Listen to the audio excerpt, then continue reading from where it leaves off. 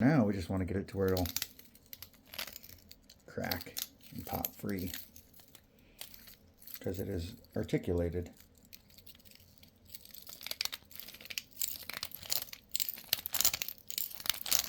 Once I get it broke free, it's actually pretty mobile, and you can crack it just like a spine.